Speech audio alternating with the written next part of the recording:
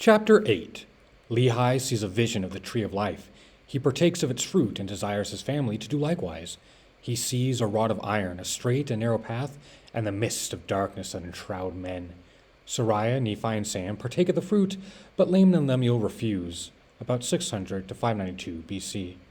And it came to pass that we had gathered together all manner of seeds of every kind, both of grain of every kind, and also of the seeds of fruit of every kind.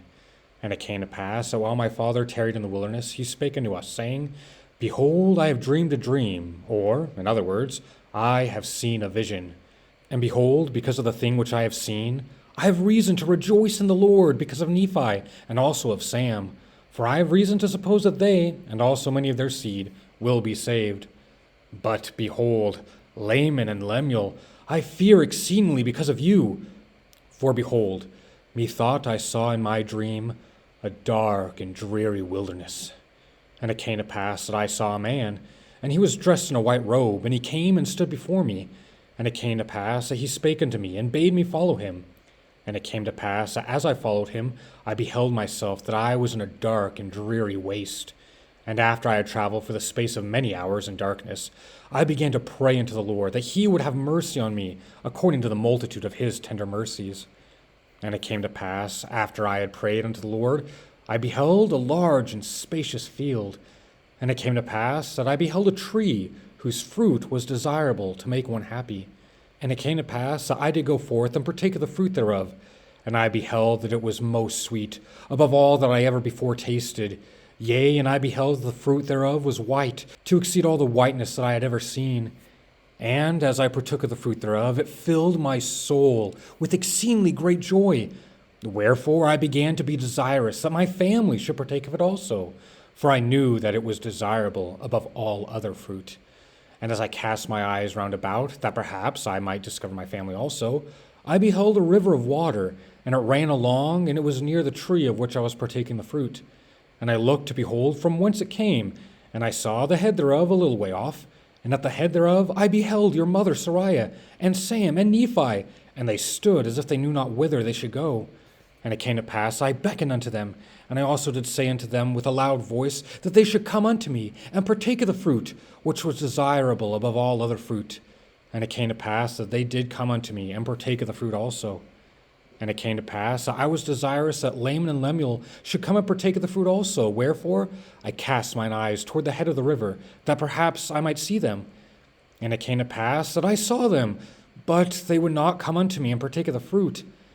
And I beheld a rod of iron, and it extended along the bank of the river, and led to the tree by which I stood. And I also beheld a straight and narrow path, which came along by the rod of iron, even to the tree by which I stood. And it also led by the head of the fountain unto a large and spacious field, as if it had been a world.